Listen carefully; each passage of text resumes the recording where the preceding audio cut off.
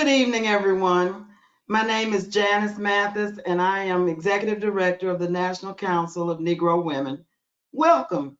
We're so glad that you took time out of your busy schedules to join us tonight for what is sure to be an engaging and informative session. We've got two very special guests from our sponsor, Wells Fargo, and we will introduce them in just a moment. But I want to start by asking Mr. Johannes, Director of Communications for NCNW, if he would give us a few tips on how to make the most of GoToWebinar.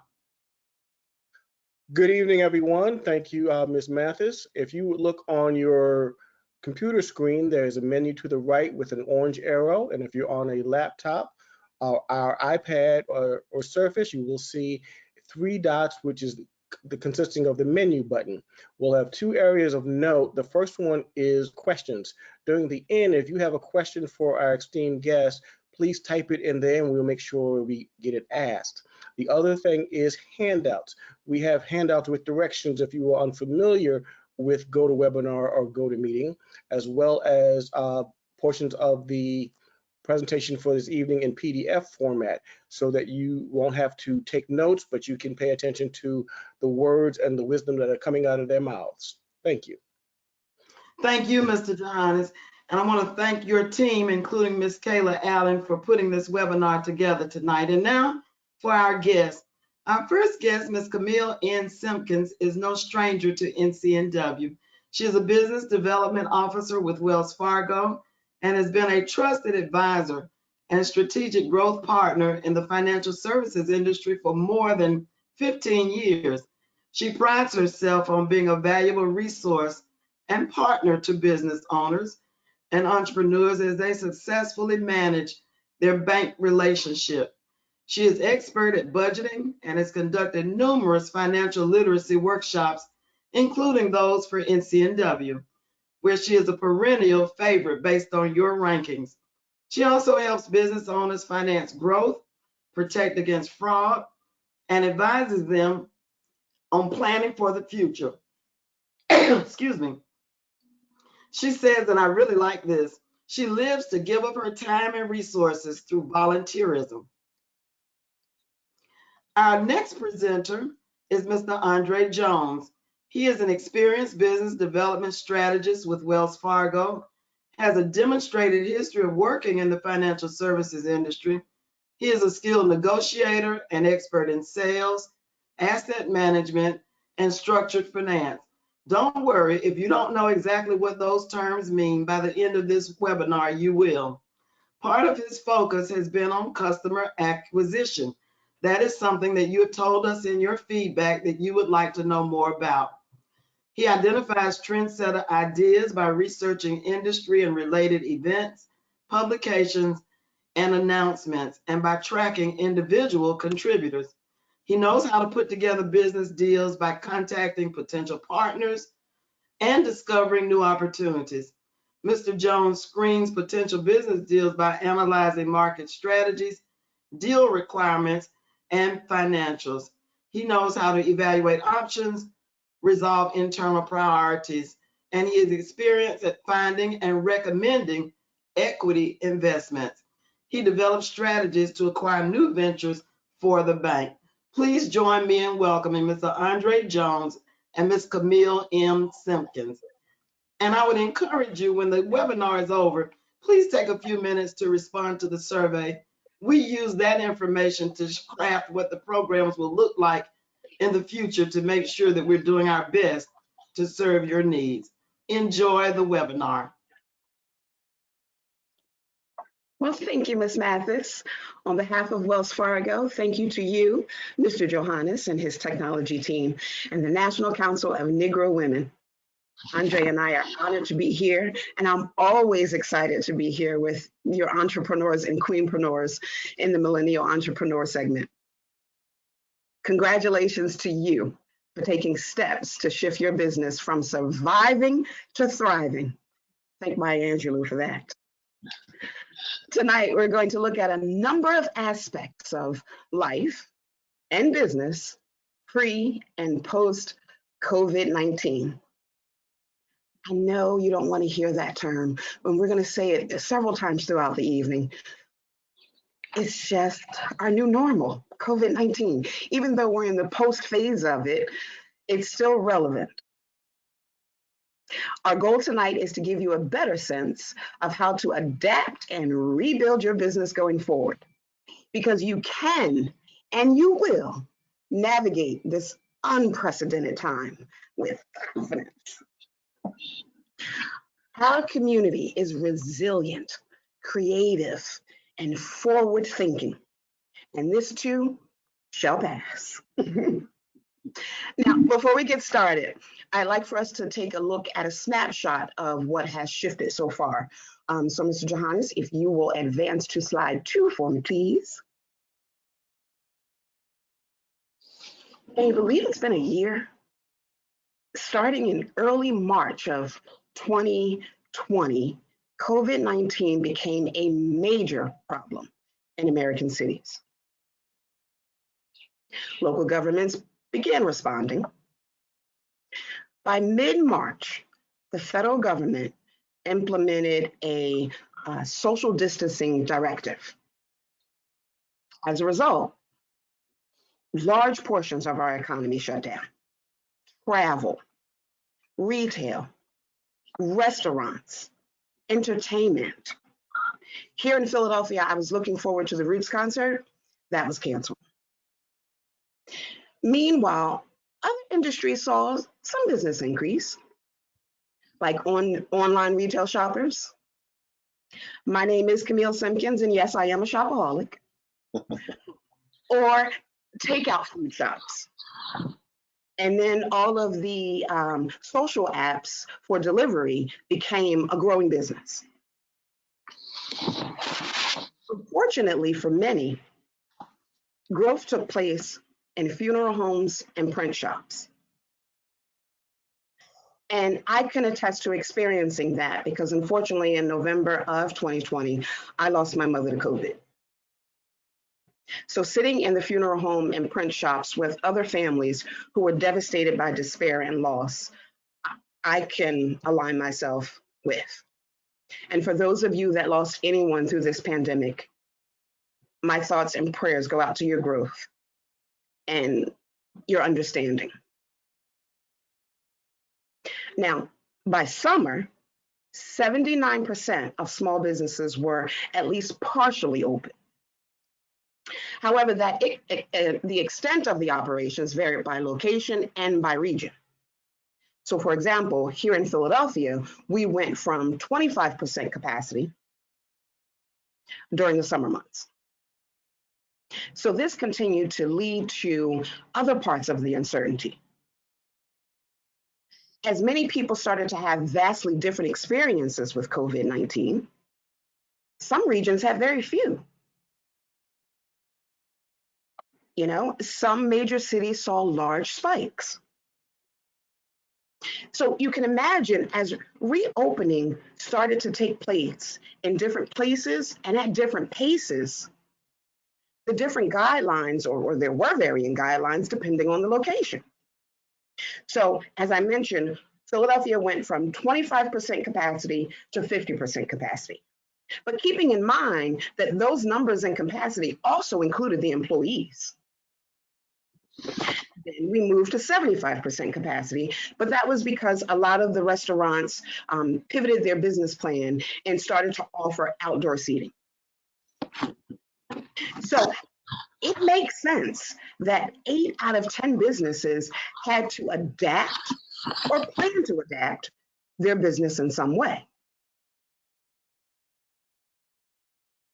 Now, knowing that should make it easier for you to understand why more than half of small business owners say it will take 6 to 12 months post-COVID for things to get back to business as usual.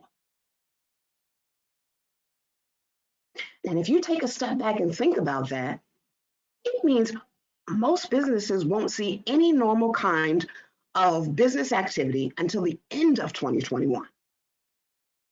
And then you're having to deal with the holiday rush. So for some, you may see an increase in business. Others may see a decrease. So that's one of the reasons that Andre and I are here and we want to help. While COVID-19 was overwhelming, I know it allowed you the opportunity to ground yourself in your business, ground yourself in the community. And with that assistance and change, you're growing and glowing through what the rest of 2021 could potentially look like for your business. So tonight, we are going to talk about ways that your company can stay relevant and maintain the DNA of your business. Mr. Johannes, I'll ask you to advance your slide, please. So let's talk about our agenda for tonight. We'll begin with insight. We want to take a look at how human beings have coped with similar situations in the past. It may not be as devastating as COVID-19, but we've had some opportunities in the past where it has affected our community a great deal. So we'll talk through what that looked like and the insight into how we bounce back from those challenges. We will also discuss business strategy. And I think by far this might be the most important aspect of tonight's presentation. That means looking at what's going on in your business today, what's changed with your customers as a result of COVID-19, and how you might change your business going forward. Business strategy is all about figuring out a way to adapt your business while staying true to who you are as a company and as a brand. From there, we'll look at connections. Your first connection is the National Council of Negro Women. This refers to your center of influence, your network or your ecosystem. It could be mentors, industry contacts, customers, and you probably wouldn't think about it, but your competition. And at times, your family and your friends, who I affectionately refer to as my brunch babes. We'll explore how you can work together successfully and strategically, especially with your competition. Then we'll discuss marketing. Now, your messaging may need to shift to accommodate new customer needs, your existing customer needs, and any potential challenges or changes that your business has had to undergo. And finally, we will talk capital considerations. Yes, the money. As my son would say, Mom, get the bag. There are a plethora of new resources available for business owners. And we're going to cover even some grant opportunities that are available through SBA. Although the PPP loan has been exhausted, there are additional programs that we're going to share with you, and it may be beneficial to your business. So we'll tackle what's out there. That means looking at how you can position yourself and your business to improve your cash flow. Sometimes it's not about capital considerations in the sense of financing. Sometimes it's capital considerations in the sense of creating efficiency outputs, the way in which you accept payment, the way in which you make payment, and keep your business running even when the business has slowed.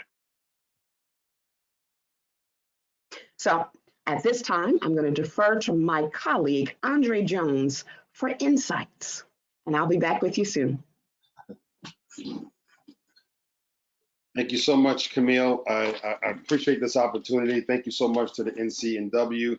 Excited to be a part of it. So, Camille did such a fabulous job setting up the concept of insights. And as we mentioned, it's really important to get some perspective on your current situation as a business owner. And I just want to give a big applause to all those who have hung in there, you're stuck in there, and you're still there. Your business is still thriving, and we're just here to help you get to that next level. So while what we have gone through is totally unprecedented, we've never seen this. I think they said something like this happens once in a generation. There are similar incidents that we can look at in history to really help us better understand what is our path forward. What have other businesses done in the past, and what has the economy overall done in the past when we look at things like this. So there are really two highlights that I want to look at as we kind of dive into what it means to have insight into the market, what it means to have insight into our next steps, and really moving our business forward. Number one is we'll take a look at the how businesses have bounced back during previous downturns. What did these businesses do? How did they position themselves? How did they reposition themselves in the marketplace so that they make sure they can bounce back once all of this was over? The second thing we're going to take a look at is we'll also look at how you can get the information that you need in order to stay positive and really keep your business on track. So yes, we've been through some tough times, and I believe that we are seeing the light at the end of the tunnel, but there's a lot of great information out there that Camille and I are going to be sharing with you on tonight that's really going to help you bounce back, move forward, really get that focus back that you need to really help your business grow and go to the next level. You can go to the next slide, please. So the first thing we're going to look at is perseverance, right? And I love this quote on this slide, that humanity has faced unprecedented challenge before and triumphed. And that's something that I think we should all remember, that as a society, we have been through some really challenging times in the past, but guess what? We have always bounced back when we look at those challenges. One of those challenges was in 1957, when there was a new strand of flu that struck the United States, and the impact of that new strand of flu was really significant. Similar to COVID-19, world leaders took ill, the stock market tumbled, and the economy also tipped into a recession. And so we've been there before, but the flu was short-lived. We were able to develop a vaccine, and American companies ramped up productions to inoculate as many people as possible. In the end, it's important for us to remember that that recession lasted just about 3 quarters, and that the stock market bounced back from 20% decline in less than 1 year. And so I think that's important for us to remember when we talk about the resilience that we have as a people. Another one I think that's important for us to take a look at in the past, we can really appreciate the present and move forward in the future, is the Italian Renaissance, one of the most important periods in our growth in our history. The revolutionary focus on art, music, and architecture followed one of the darkest periods which historians can consider in European history. A major plague in the 14th century. In this sense, humanity not only survived, but we also were able to thrive. So I just want you guys to be conscious, to understand that we as a people, as humanity, we have been faced with things that have been challenging before. And I just list 2. I can list probably even 3 more. But guess what? We will persevere, and we have persevered.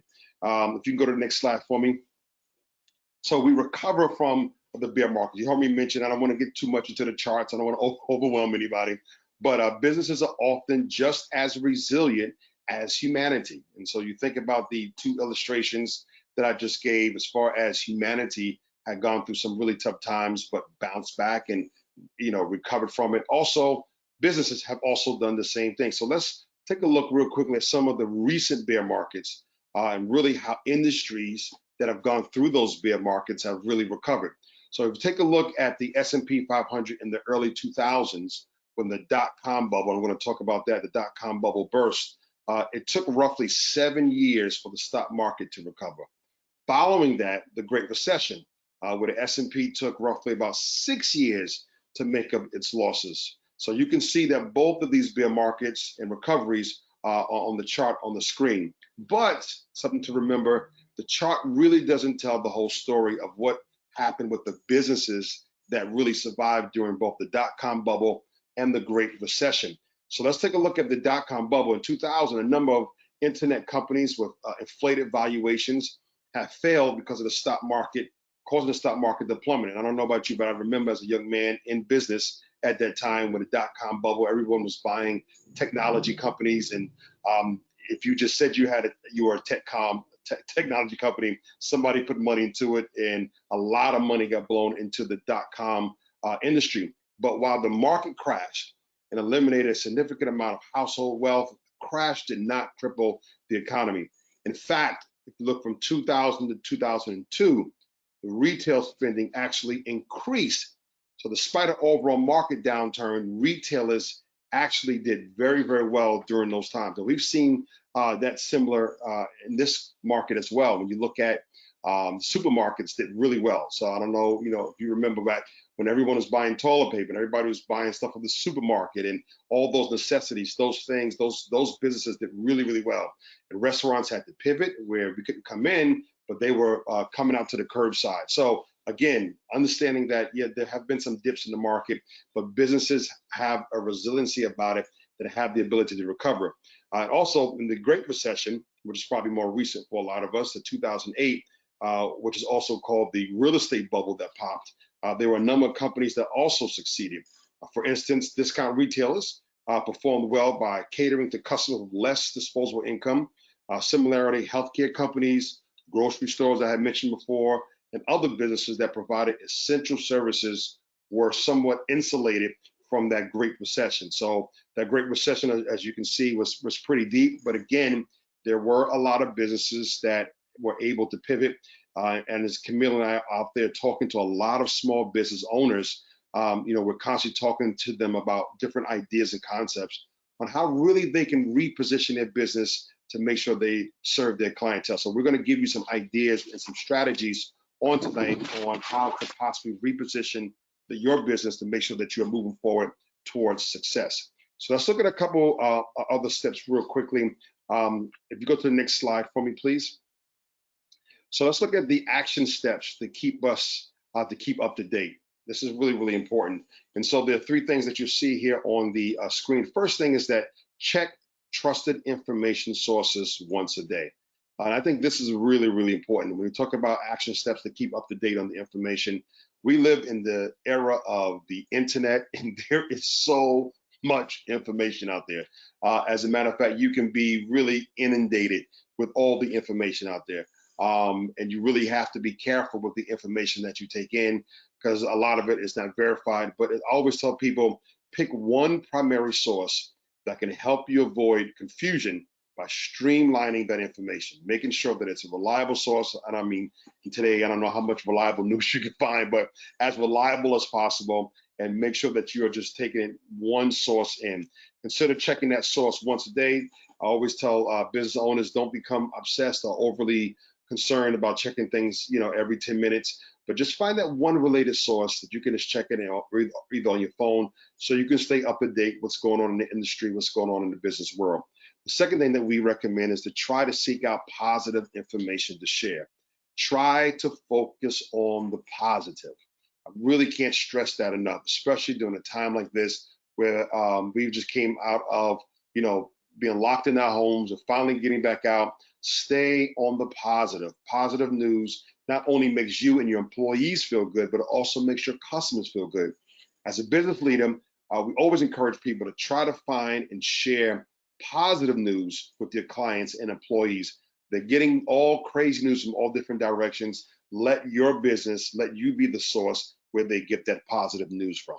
The third and last one is create a system to share insights with employees and clients. And this is also really important. An example of that would be, I had one client who started a newsletter. And so they wanted to make sure they can communicate with their employees and their customers. And so they started a newsletter. It's a one-pager. There's plenty of sites out there that you can just get a basic template. If you have Microsoft Word, you can definitely get that as well there. And just do a one-pager, a quote and some overviews of the business, some positive news and maybe discounts, a little bit about what's going on in the industry. Believe me, they would appreciate that. So this can help you really keep tabs on the morale of your employees, which I think is really important, and your customers, and really can help you assess how to better serve them as well. And so if you can put those three things into action as far as the actions you can take to keep up to date with information. At this moment, I'll turn it over to Camille to go over business strategy. Thank you, Andre. Well, thank you for setting up our next topic, which is business strategy. And business strategy, as Andre mentioned, are actionable items to help you grow your business. In this case, we're looking at options to either supplement or enhance your business through the pandemic. A quote by Leah Capita says, let me see if I remember, when it feels too difficult to push forward, I always remind myself, this too shall pass. And then I redouble my efforts. Again, she said, when it feels too difficult to push forward, I always remind myself, this too shall pass. And then I redouble my efforts. Mr. Johannes, you can advance the slide. Now, that sentiment may also be true about your business. COVID-19 has forced you to look at your business goals. And several points come to mind. And these questions are questions that Andre and I ask business owners when we first meet them so that we can have a better understanding as to why they started their business and what their business model represents. So the first one is always, why did you start your business? Because for us, we have to do a lot of research in advance of meeting with a client or prospecting a client. So when we go to their website, the website pretty much tells us what they do, but it doesn't tell us why. And then we ask them to go into detail about what they do. You know, who are your customers? What is your business trying to achieve? What communities, what demographic do you serve? How do you do what you do? How do you serve your customers and or your community? And then one that we've asked post-COVID, and we ask more often, is how has your business changed through the pandemic, and how have your customers changed? So although we are advocates in creating a financial prescription for your business, you too should be asking yourself these questions as you go back to your business plan. So if we notice here on the screen, it details how to go about writing a mission statement. I wonder how many of you had to revise your mission statement as a result of COVID.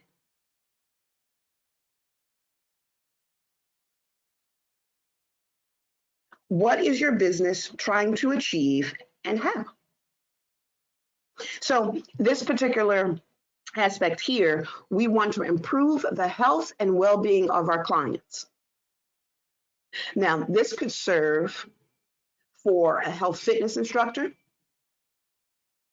If any of you might be a yoga instructor or a well-being coach. And this slide is so important in its representation because health and well-being is so important for us in our community. So if you provide this service to the community, identify what your mission is. And it's a simple statement. Here it just says, we want to improve the health and well-being of our clients. You can progress the slide, please.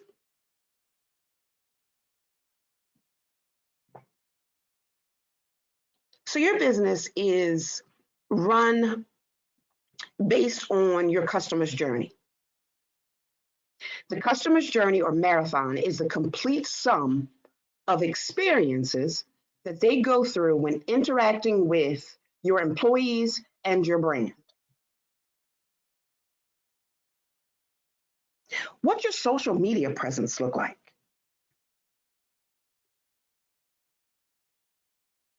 Will the user have a positive, user-friendly experience navigating through your website? Are your inventory levels high or low? What are your payment options?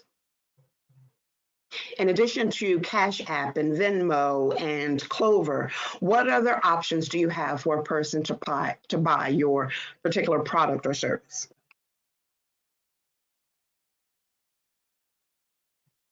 What are your online reviews and ratings?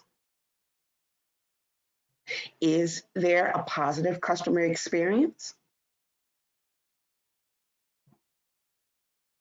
Let's advance to the next slide.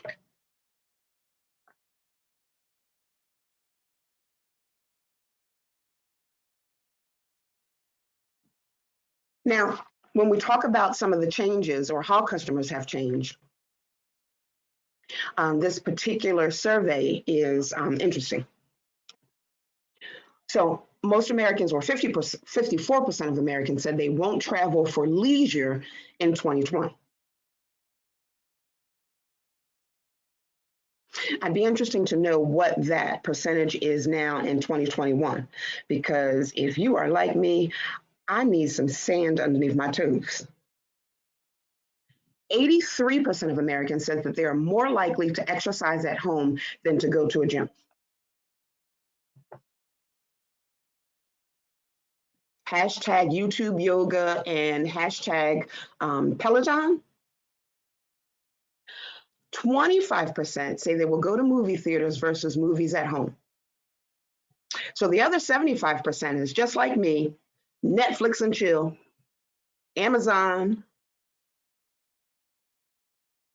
Hulu, and then 76% plan to buy groceries in the store versus online delivery. But that might be a different statistic relative to dining out or dining in. I'll find out what that research looks like and make sure that you guys have that available. All right, we can progress to slide 12.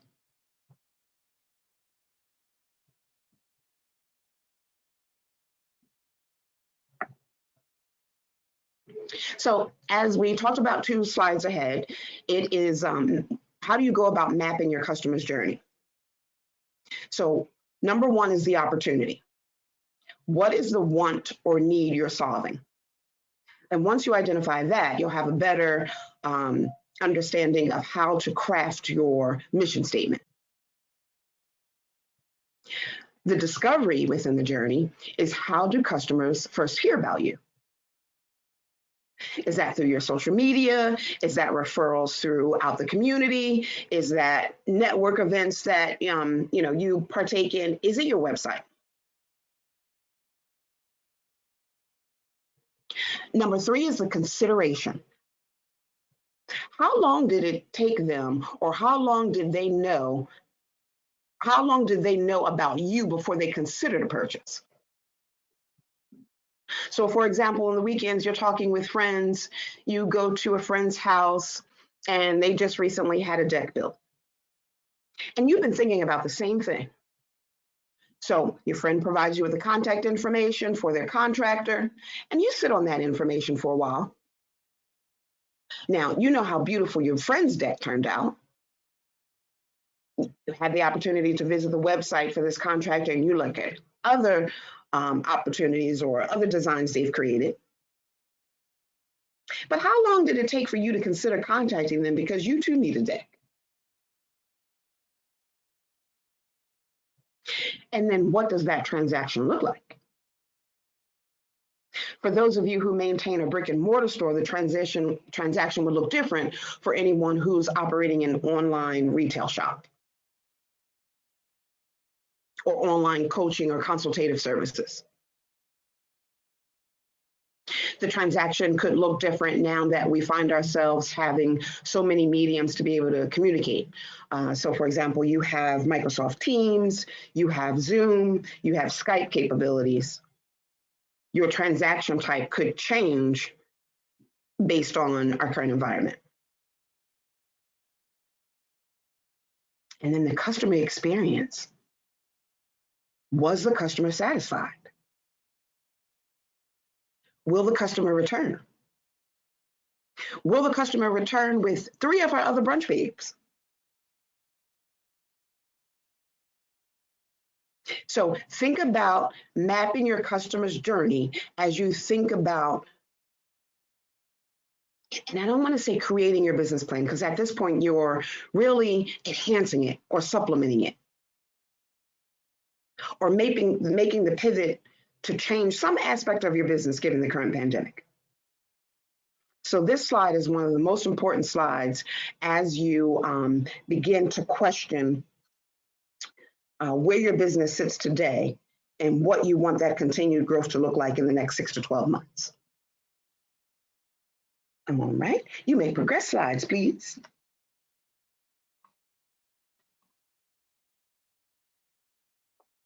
Now, just as important as your mission statement is your value proposition. And I think this is where I began my journey with the National Council of Negro Women, how to pitch, how to create your value proposition. So thank you for the full circle opportunity. The value proposition basically is just your 30-second elevator pitch. 30 seconds, that's all you have. And I always say that the best model for creating your value proposition is to use the SMART goals. So the SMART goals, we'll break out the acronym. The S is specific. So what service or product do you offer? And then the M is measurable. So what evidence proves your product or service is great? And that goes back to your online reviews and ratings. It also goes back to your inventory levels for a particular product or service. The A is action. Can you reasonably deliver what your potential customers' needs are or wants? R is relevant. Does your product or service align with your values and beliefs?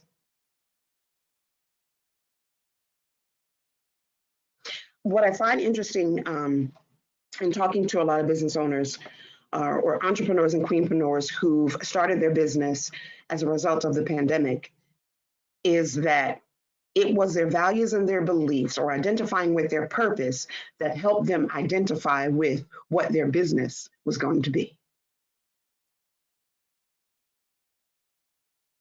So the relevant aspect of your business is so impactful if it aligns with your values and your beliefs.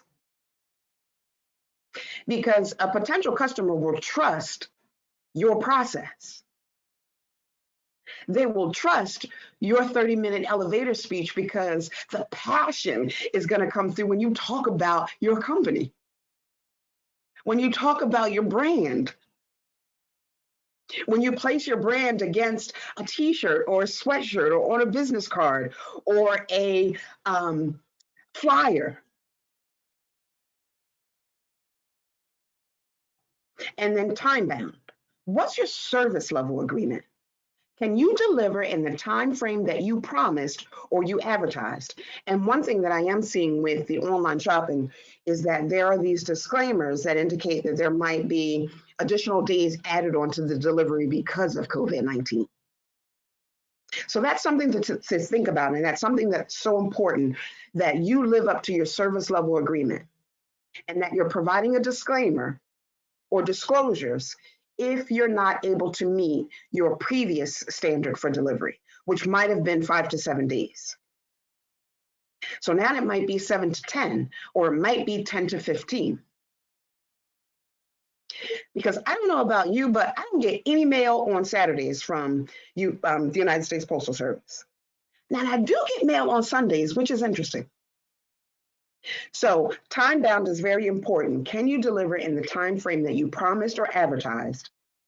And if you've seen a shift in your delivery options, then if you were 3 to 5 days, you may want to think about 7 to 10 or potentially 10 to 15. Or if you're creating the item, if the item is, you don't already have it available within your inventory. So for example, you might be a designer, jewelry maker, or something that you're waiting for product to come in order for you to substantiate the sale, then please make sure that you disclose and disclaim what your changes have been relative to your service level agreement. And we're going to progress to slide 14.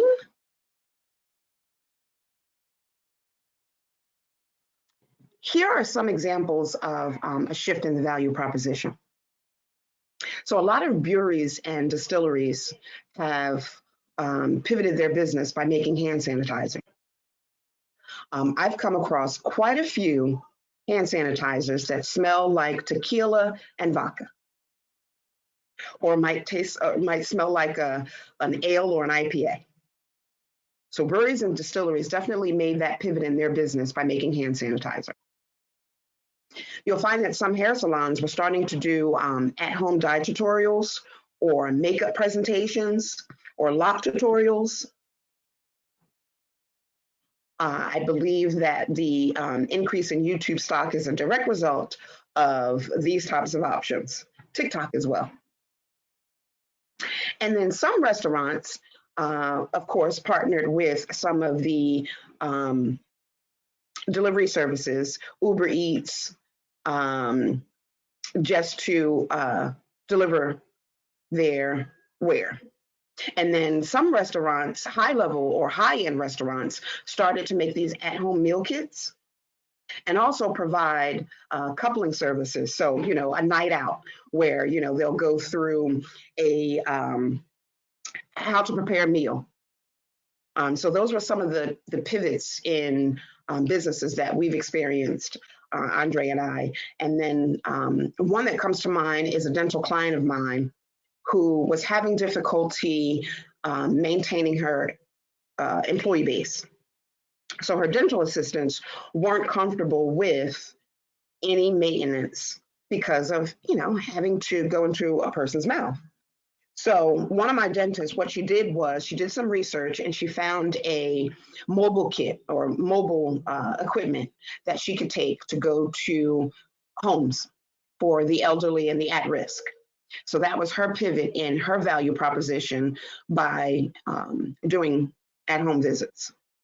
So, you know, her brick and mortar dental practice, she didn't have the staff necessary to be able to perform the services. But in doing the research and finding the equipment that she needed that was mobile, she then was able to shift and assist the elderly and the at-risk population in still maintaining their dental appointments. So I thought that was interesting. Our underwriting thought it was interesting too, and allowed for additional working capital so she could buy more equipment. All right, let's look at slide 15. I talked earlier about my brunch babes. So you want to talk about your business updates with your friends and family. 78% of consumers said that recommendations from friends and family influence their buying decisions.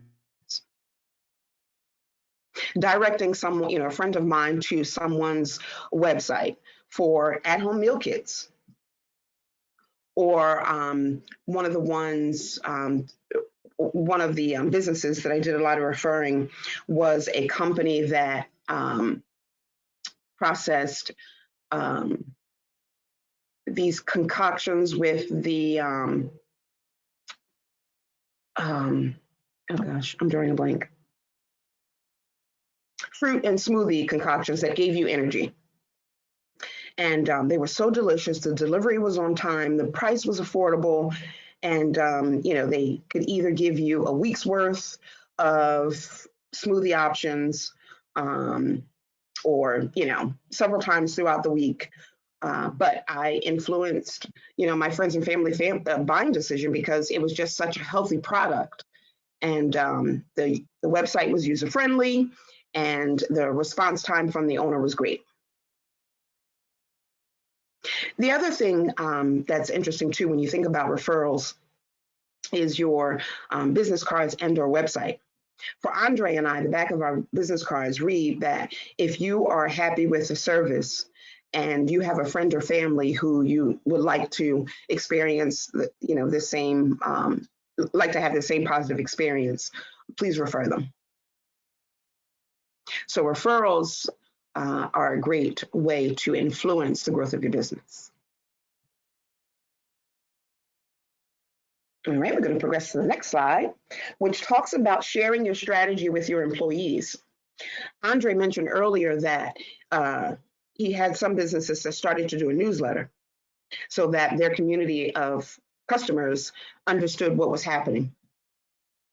I think it's just as important that you create those communication channels with your employees. Allow for them the opportunity to provide some input because they are your front line. And then if you share those new strategies with your employees and they share strategies with you, the customer experience levels will increase because they assisted in creating that strategy. So it's so important that you communicate specific areas of growth or opportunity with your employees, and it'll make the buy-in greater. So that's another aspect of your business strategy that you definitely want to include in your business plan. And we'll progress to the next slide.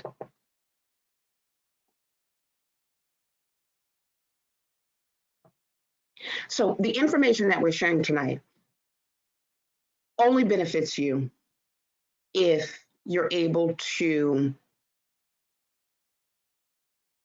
act on them.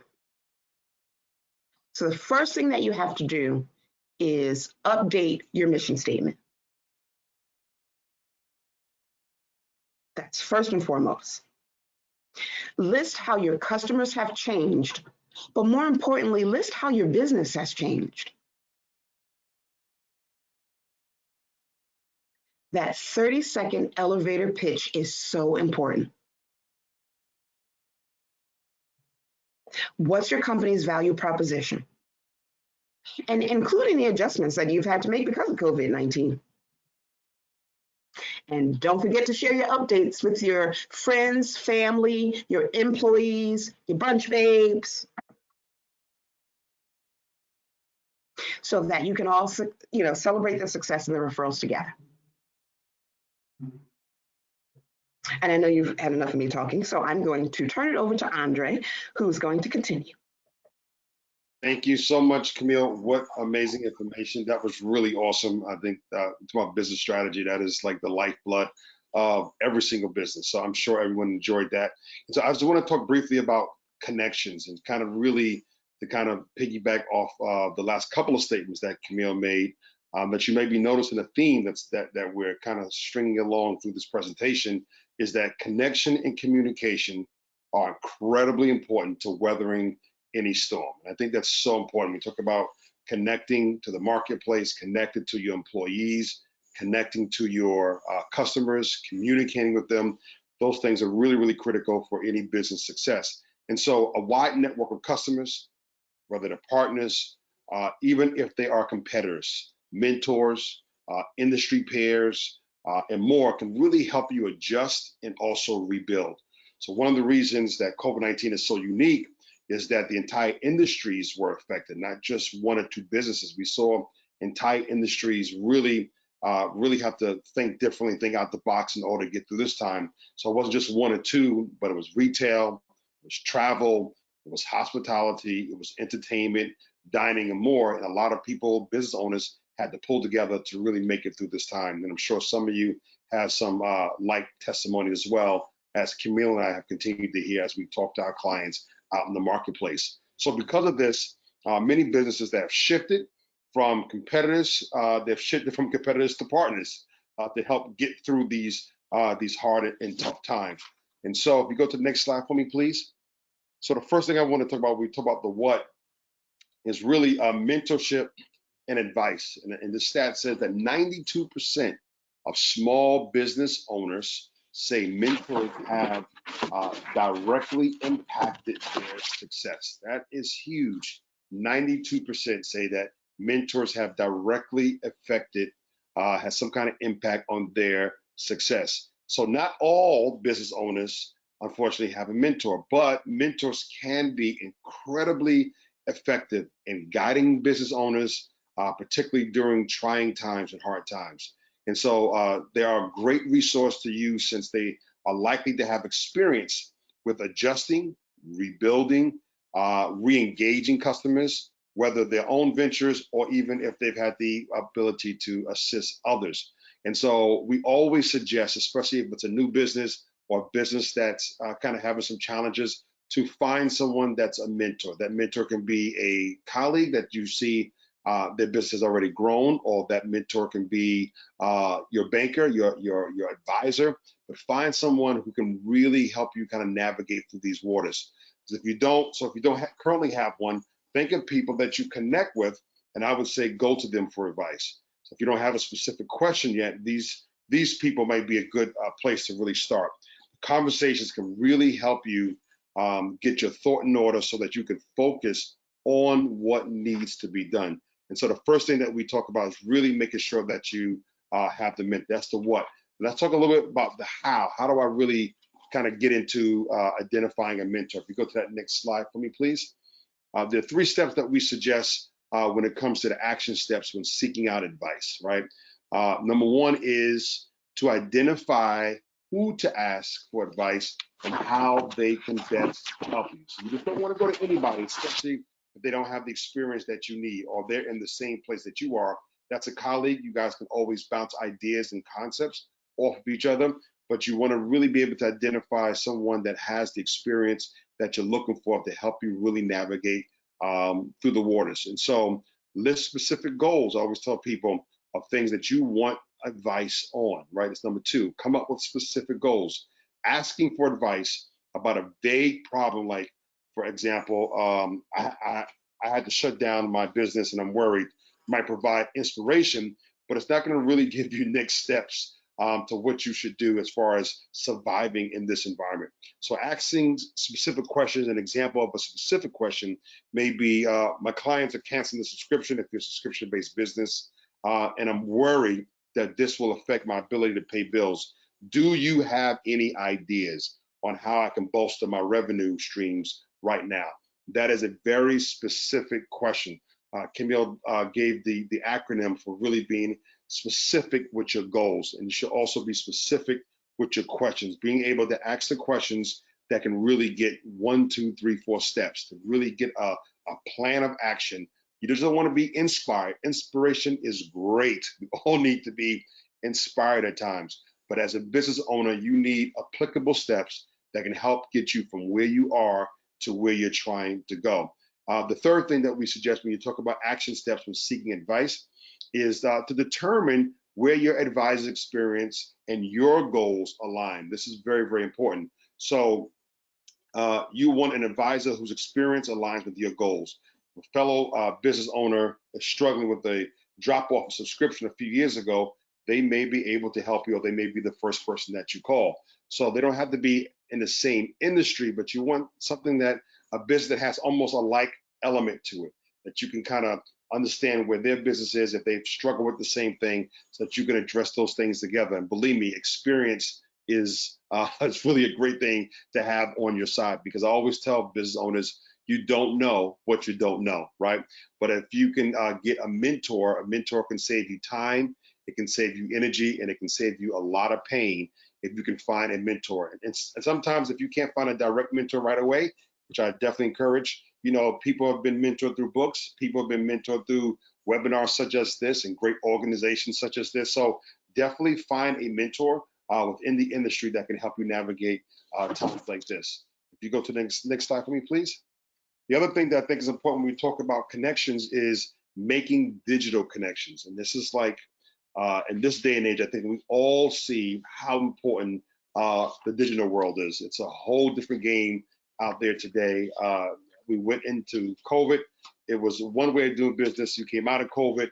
It was another way of doing business. And really the game has really changed a lot. You know, a lot of contactless payments, Camille and I are seeing out there where a lot of customers say, listen, I don't want to have to touch the machine. I want it on my phone. So being able to go digital is really important.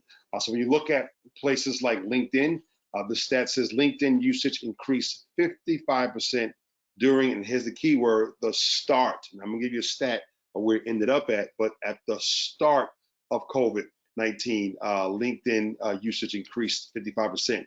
And for those of you saying, what's LinkedIn? I encourage you to go and look up LinkedIn. It's a social media site for business owners. I think Camille can attest to this. It is a big piece of how her and I do business and how we connect with other business owners just from a purely giving advice and insight. So, and you can also follow us both on LinkedIn as well, but LinkedIn is huge. The best way for you to connect with other business owners or network, it may vary a lot depending on the line of business that you're in.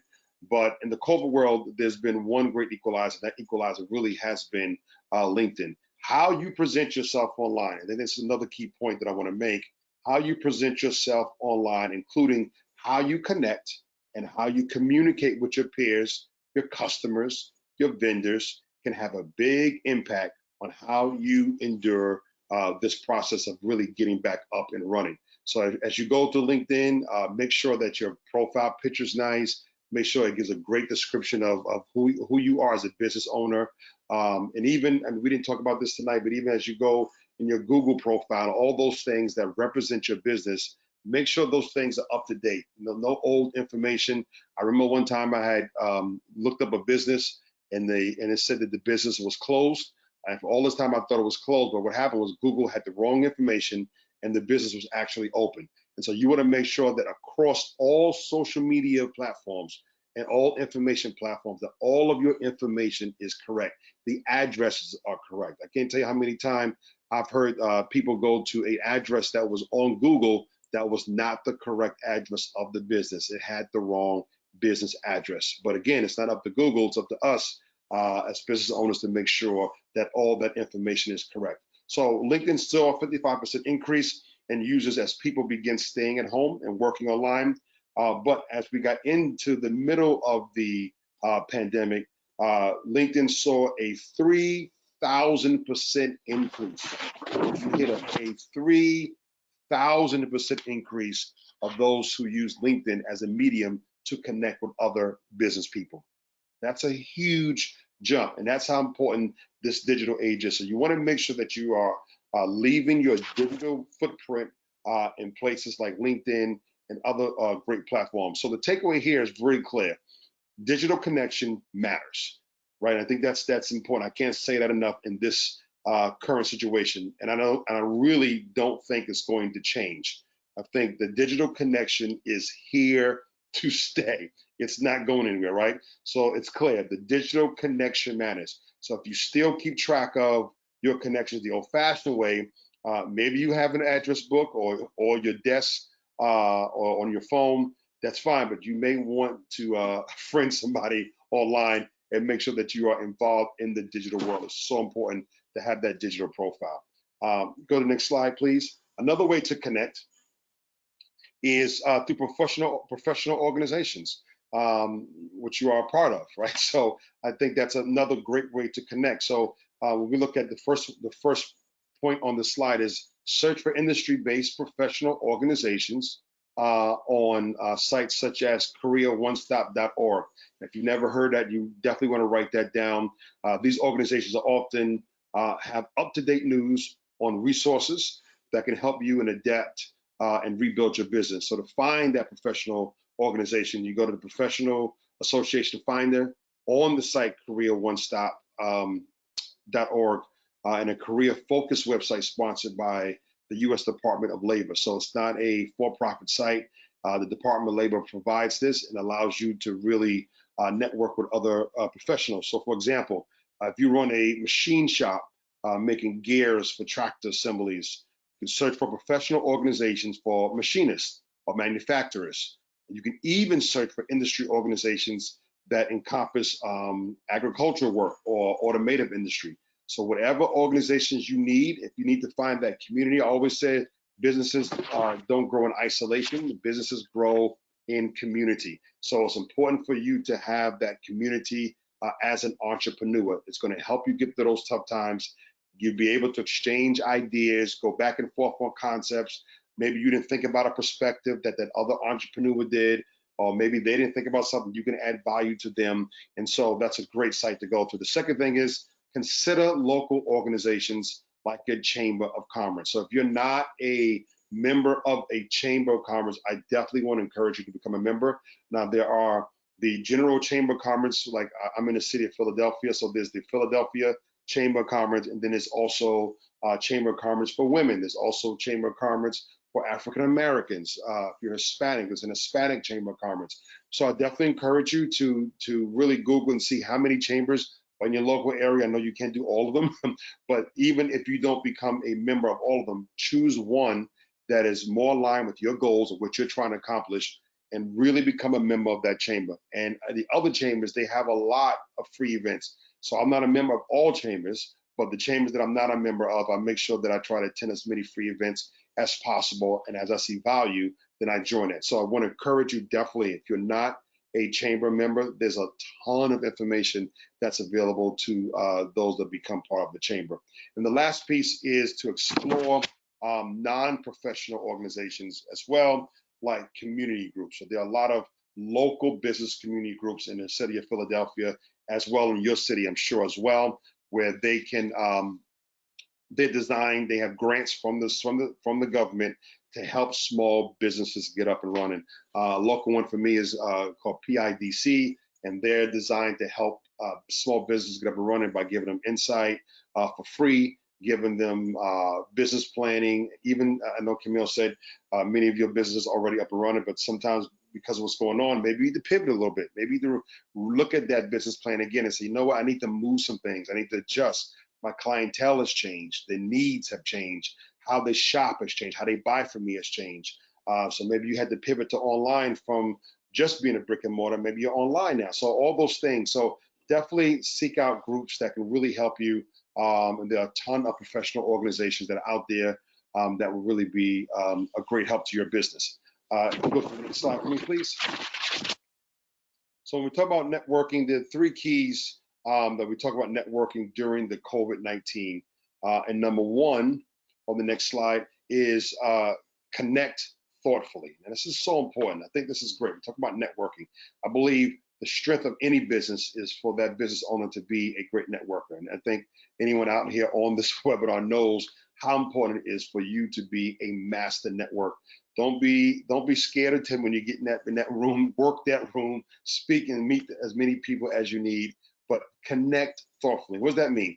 That means using thoughtful details can help you establish genuine digital connections, including personal notes when you reach out. Again, and one of the things that I try to do every time I meet someone new is that if they give me their card, I try to make sure on the back of the card I write a couple of quick facts about them that I learned by having a conversation with them, or I'll just keep a separate piece of paper and I'll just write some quick facts. And again, that personal connection, right?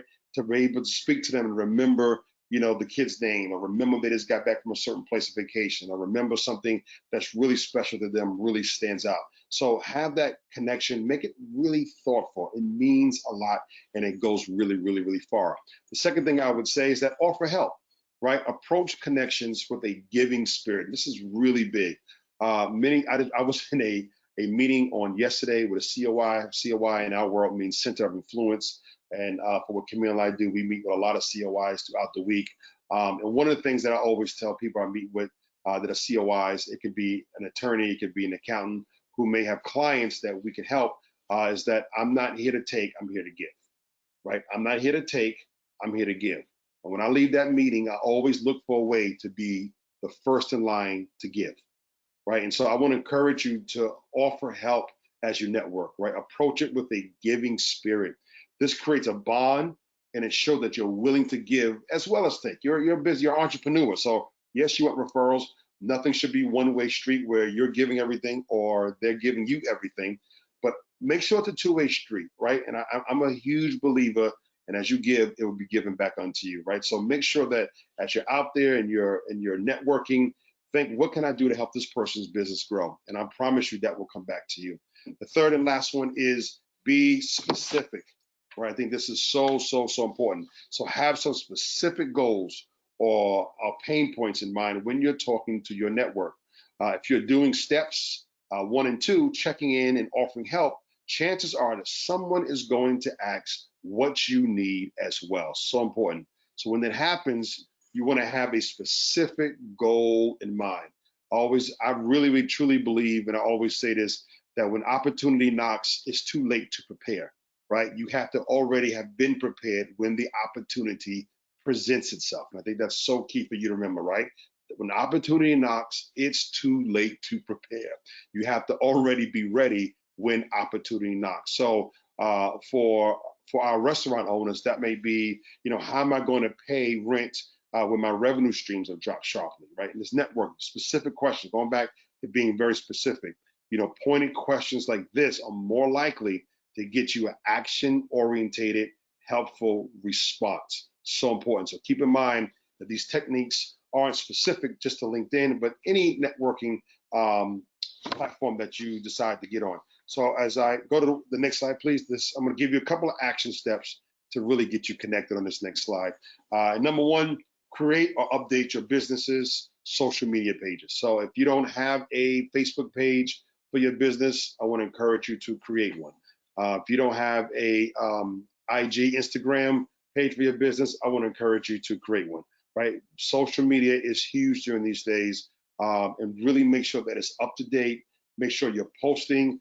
They say that you should at least post at least 3 times a week at minimum on these social media platforms, and let people get it, because again, the algorithm, as you post more and people like and share, it allows your post to be seen more. So again, these are free tools that cost you nothing.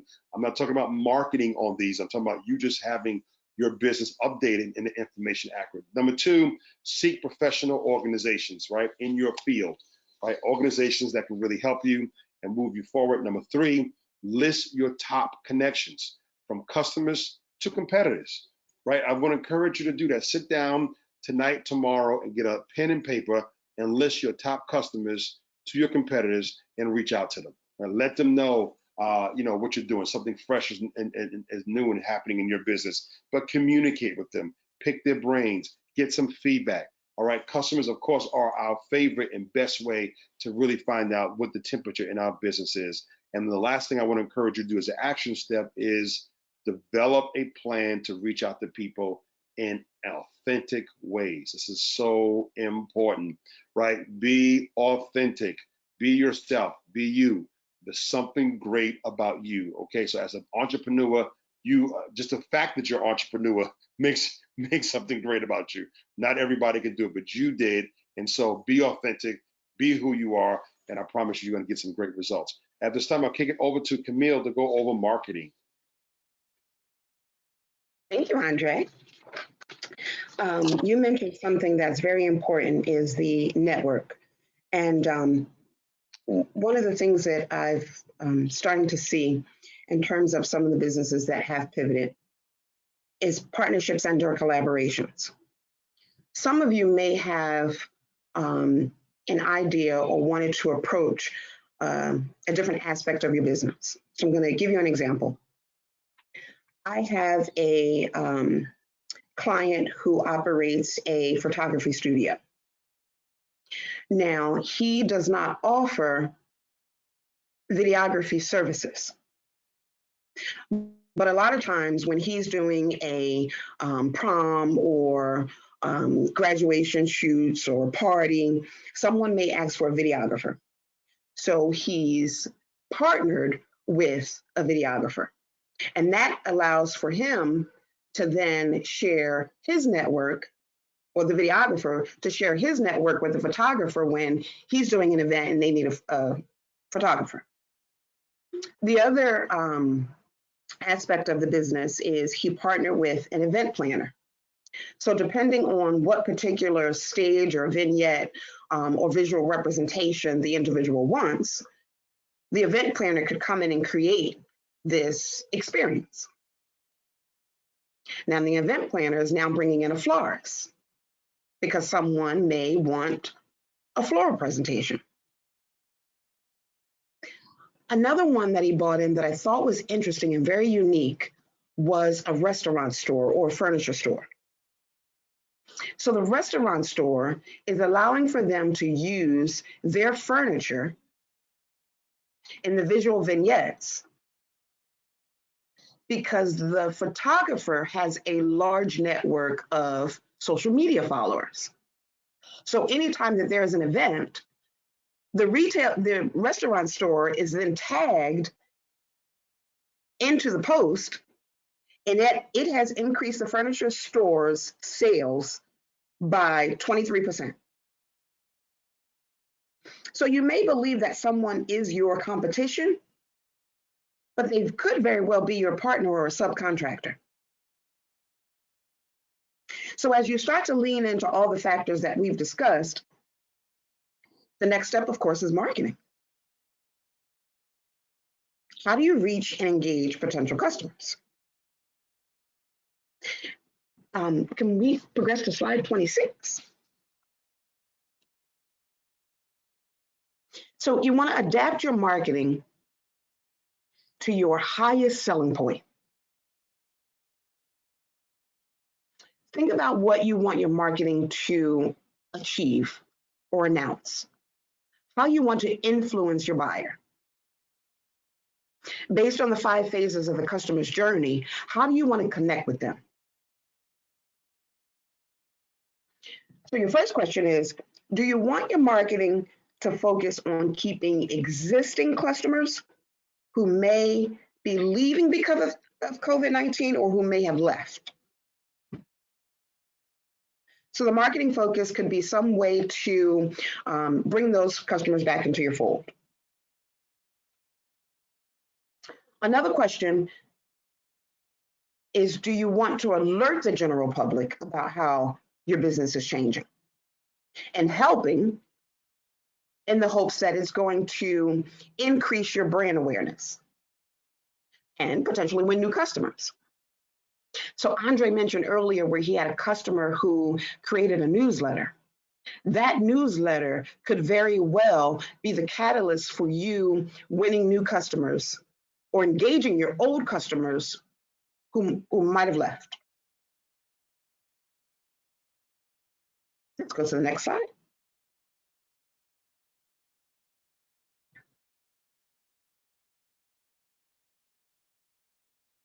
As you can see, we like stats. Oh, and before we continue, I wanted to provide the stat that I told you I would get for you earlier. So restaurant reservations have increased by 46% in April of 2021 compared to pre-COVID April 2019. So again, restaurant reservations have increased by 46% in April of this year compared to April 2019 when we were pre-COVID. So I wanted to share that. Andre and I love LinkedIn.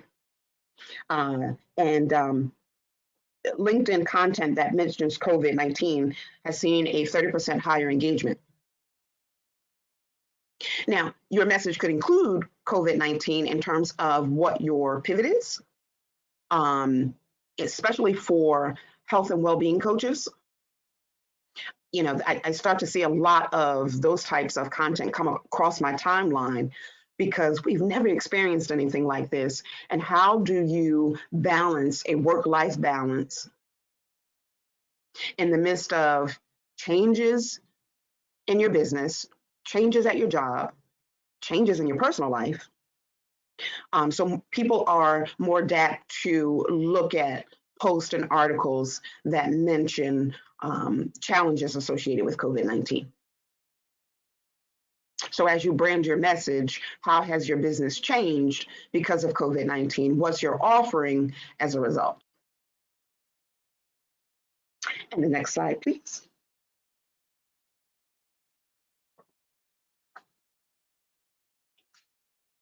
Now, sharing a message. Andre's point was spot on. You have to ensure that you are posting up-to-date information, whether it be your brick and mortar store or an online store or service. You want to be mindful of it, definitely, given a holiday schedule or if you have a pop-up event. So please ensure that your information on your digital messaging is up to date. So when we mention digital messaging, that generally is your website and your social media. You want to review it daily, monthly, and quarterly to please ensure that it's up to date. Now, what I do want to share with you, and this is not going to be on the presentation, so this is a time where I will ask you to take notes. Research suggests that the best times to post on social media are as follows, and I'll take my time. Instagram from 8 a.m. to 9 a.m. is the best time to post. So again, Instagram, research suggests posting between 8 and 9 a.m. gives you a greater rate of return for your posts. Facebook messaging is best when posted between 1 to 4 p.m. So again, Facebook times to post are suggested as 1 to 4 p.m.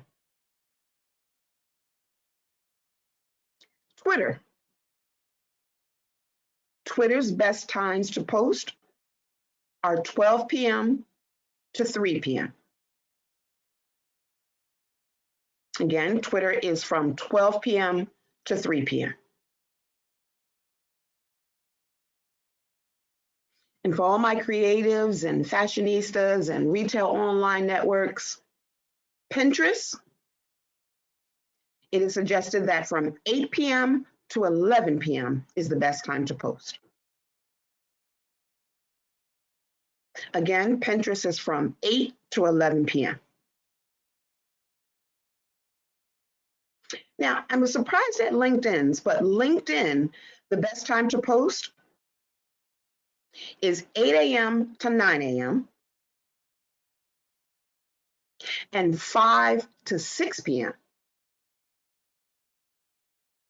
So again, 8 a.m. to 9 a.m. and then again from 5 to 6 p.m.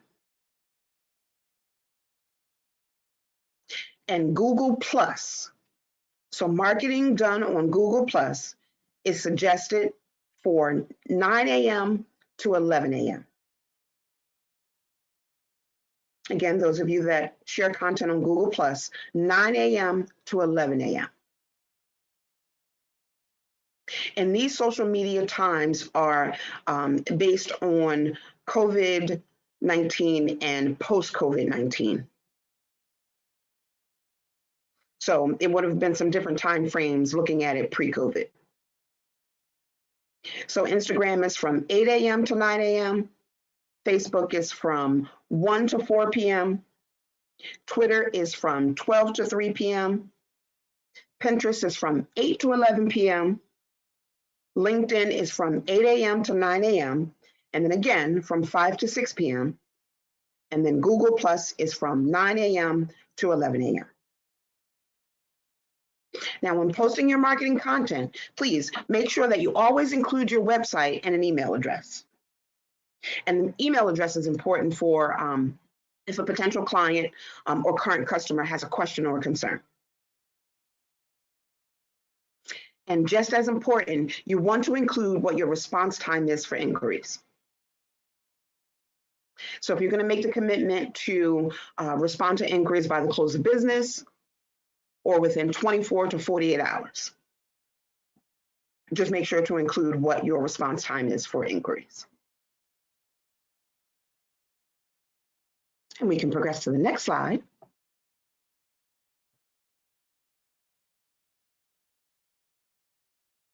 An added bonus for all of those social media applications that I mentioned is that they have a monitoring tool.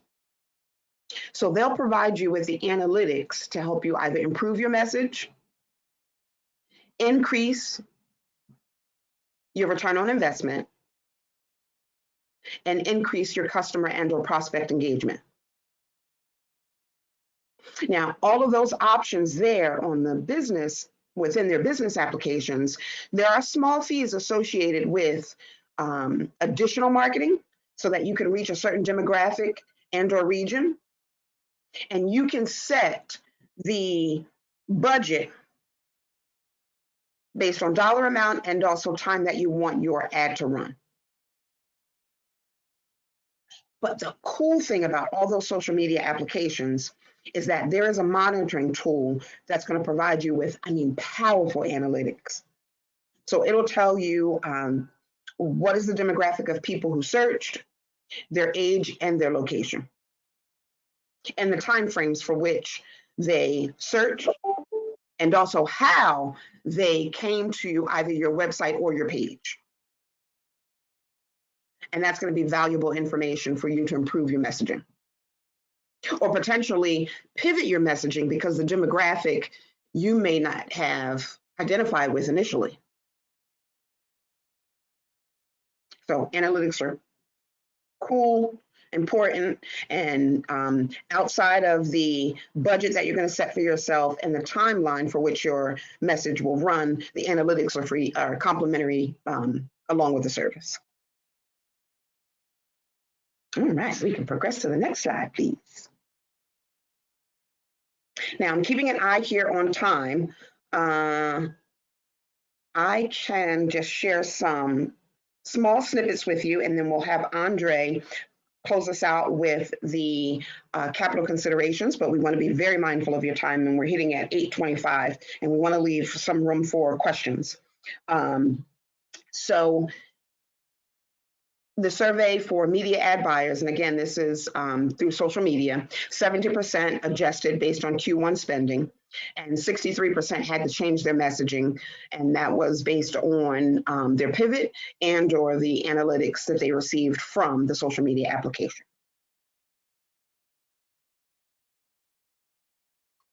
And then within our next slide, again, it just provides you with actionable items in being able to build out your marketing plan.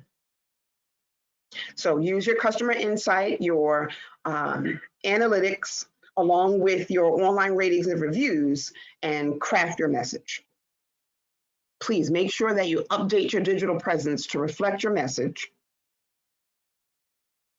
And you can determine what your budget or your distribution strategy is going to be, based on your customer habits. So those analytics will provide you with, again, region, location, how the customer came about to find either your website or your social media page. So you want to adjust based on that information. And then decide where whether you want to spend the money on Facebook versus Instagram versus LinkedIn or Google Plus, or maybe print publications, and there are a lot of email publications as well. And with that, I will turn it over to Andre that will give you a quick snapshot as to the credit piece. We'll share those complementary tools with you, and then we will engage any questions that you have. Thank you so much, Camille, and I'll be really quick. If you just go to the next slide, just want to look really quick. I think 2 important slides that I have in this deck when it comes to the finances is cash flow. I think that's really, really important.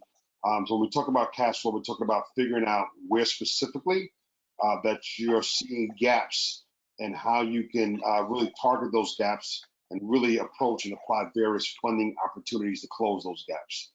So different businesses have different cycles and how they get paid, net 30, net 60, net 15, and really identifying those gaps and closing those gaps are really, really important. There's only 2 directions that money go into business. They come in and they go out. So if you haven't yet run what we call a cash flow report, we definitely encourage you that you run it, whether you're using QuickBooks. They all allow you to run a cash flow report to allow you to know where your money is going. You should know where every penny is being spent every single day in your business.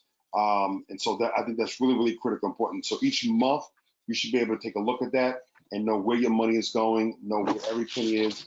And sometimes people think they need loans, and really they just need to really take a look at their cash flow and maybe identify old subscriptions that maybe you didn't realize you were still paying.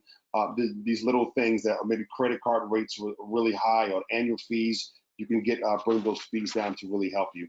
The next slide, and this will be the last slide, is that consider available funding. I think that's really, really important. That if you receive PPP funds, we want to encourage you to track your funding. One of the most talked about sources of funding during the COVID was the small business, was the payroll protection program, which is PPP. So be sure to track how you're spending the money, because this can really help you later on when it comes to time to applying for the loan forgiveness. Really important. Or you want to set up your repayment terms. Keep in mind real quickly, the small business, the SBA, updated the provisions around PPP on June 5th, extending the terms for the use of repayment. So I want to encourage you to go to the SBA site, take a look at all the updates for PPP, which is really critical and important, to make sure that you're keeping impeccable records when it comes time to apply for the loan forgiveness. Camille, I will stop right there. All right, perfect. And as I promised, I would provide additional resources for financing and/or grant opportunities available through SBA since the PPP funds were exhausted. So the first one I want to bring to your attention, and all of these resources are available through SBA.gov. The first one is the Small Business Administration Economic Injury Disaster Loan. You'll probably have seen it referred to as EIDL. They're still accepting applications for the EIDL loan. Second, there was a new revitalization fund, and the revitalization fund is the Restaurant Revitalization Fund. It has a pool of $28.6 billion. Now, this is for restaurants and let me make sure. Yep, this is for restaurants and any food eateries. So please, if you are a restaurant or health food store, take advantage of those resources. And then last but not least, it's called the Shuttered Venue Operators Grant. This particular one is a grant and doesn't have to be paid back. And this was established for nonprofits, owners of theaters, and other entertainment companies. And there's $16 billion available in grants. And that is called the Shuttered Venue Operators Grant. So I want to make sure that you were aware that there are additional funds available through the Small Business Administration, although the payroll protection loan has been exhausted. Although there are still some smaller banks who are taking applications. And the complimentary resources that we shared with you, if you'll please go to wellsfargo.com/BIZ. Again, wellsfargo.com/BIZ. And there you will find a complimentary business planning tool.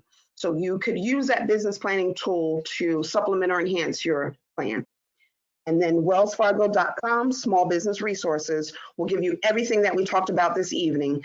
And as well, the National Council of Negro Women will provide you with a PowerPoint presentation as well. And with that, I'm going to turn it back over to Ms. Mathis. Thank you so much for all of that valuable information. I know that people probably have questions, but unfortunately, we are just about out of time. We promised them maybe we could take one or two. Are there any questions from the audience? I see one. Do you recommend 8A small business certification? And if so, how do you make the most of that designation? That's an interesting question. That is, in terms of having a small business relationship with a bank, it doesn't necessarily change any decisions that we would make based on financing your project or your business. However, the small business certification does provide in certain instances, especially when you are a diversity supplier, it does provide you with a foot in the door, and it increases your opportunity when you're going for requests for proposals. Yes. So yes, in that regard, I do recommend anytime that you're doing an RFP, the small business certification, as well as the MBE, which is the minority business certification, and or women business certification, are critical when you are doing requests for proposals. Absolutely. And here's another question. Yeah. Are either of you available for one-on-one consultation? We are, and you can actually connect with Andre and I on LinkedIn. LinkedIn is great, isn't it? So please connect with us on LinkedIn, and anything that we shared or anything that we didn't get to, we'll be more than happy to discuss and help you with your business plan. So LinkedIn. LinkedIn's the where you go. Yes. Well, Andre and Simpkins, we are so grateful for sharing all of that expertise tonight. Remember, audience, it'll be up on our YouTube channel for NCNW. Give us about a week or so to get it edited and cleaned up. But you can go back and listen to any parts that you have questions about tonight.